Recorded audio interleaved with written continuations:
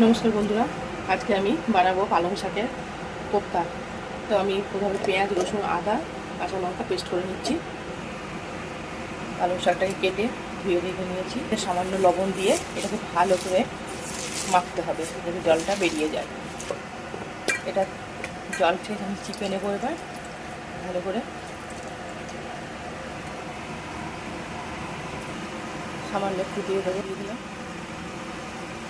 এবার দিতে হবে এর মধ্যে বেসন। এবার এটাকে ভালো করে আমি মাখিয়ে নেব। এবার আমি জল বসিয়ে দিয়েছি কড়াতে, একটা ঝাঁচির মতো নিয়ে নিয়েছি।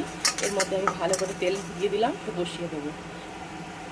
এবার এগুলোকে আমি কোপ্তাগুলোকে আমি স্টিমে দেবো।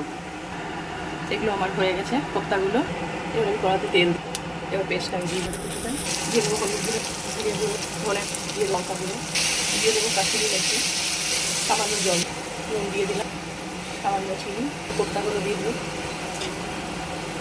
দেবো, সামান্য এলাচ গুঁড়ো। হয়ে গেল আমার